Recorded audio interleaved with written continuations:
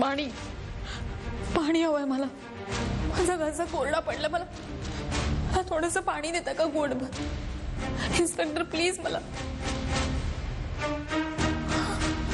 पाणी हवं, पाणी पाणी पाणी हवंय, थोडंसं द्या. हे काय चाललंय तुमचं? हे काय करताय तुम्ही? माझं का छळ करताय? मला खरंच माहित नाही हो, मला खरंच काही माहिती नाहीये. हे बघा मॅडम, जोपर्यंत तुम्ही आम्ही विचारलेल्या प्रश्नांची उत्तरं देत नाहीत तोपर्यंत आम्ही थांबणार नाही.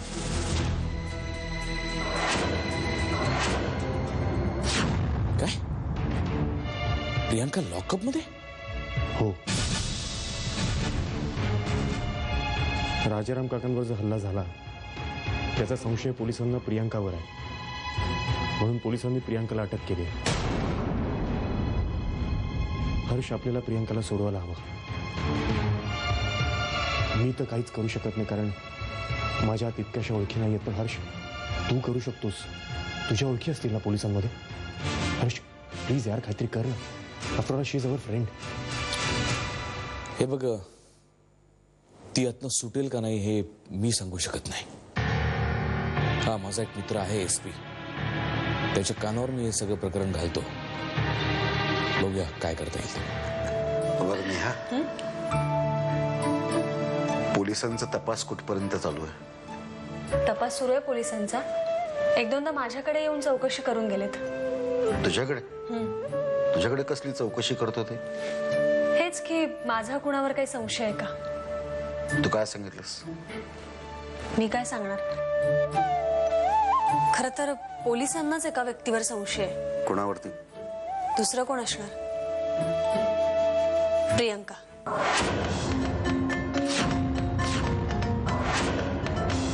प्रियांका? शिवाय पोलिसांनी मलाही विचारलं की तुमचा तिच्यावर काही संशय आहे का म्हणून. तू काय म्हणालीस? मी हो सांगितलं. काका, मला तरी असं वाटतं की ती बाई कुठल्याही थराला जाऊ शकते. करेक्ट. माझ्या डोक्यात तोच विचार चालू आहे. ती बाई पैशासाठी काहीही करू शकते, कोणत्याही थराला जाऊ शकते. तिनेच हे सगळं घडून आणलेलं आहे. पण कितीही झालं तरी सध्या हा संशयच आहे ना काका? नाही, आता माझी पक्की खात्री पटली की तिनेच हे सगळं घडवून आणलेलं आहे. इस्टेटीसाठी, दादांच्या इस्टेटीसाठी. प्रियांकाला पोलिसांनी पकडलंय, तिला तिथून सोडवावं लागेल. पण आता तिला कसं सोडवायचं, काय करता येईल? कोणाला सांगावं काहीच कळत नाहीये. घरी पण कोणाला सांगू शकत नाही. कोण मदत करू शकेल मला? कोण मदत करू शकेल? यस, प्रधान वकील, तेच मला मदत करू शकतील. काय झालं नेहा, सांग मला. वकील साहेब, मी सांगतो तुम्हाला. शंकर काका, काही सांगू नका आता.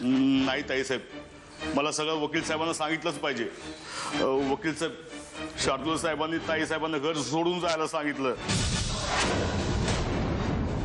काय?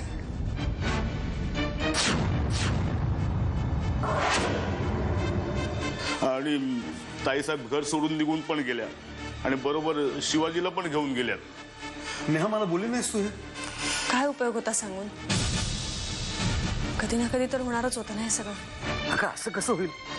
त्या घरावरती तुझा सुद्धा हक्क आहे. तो असं कसं काढेल तुला? मी आत्ता जातो आणि त्याच्याशी बोल. तुम्ही शांत व्हा आधी. नाही, पण तो तुला घराच्या बाहेर काढूच कसं शकतो? वकील साहेब, हे सगळं त्या प्रियांका बाईमुळे झालंय. ती बाई शार्दूल साहेबांना फसवून राहिली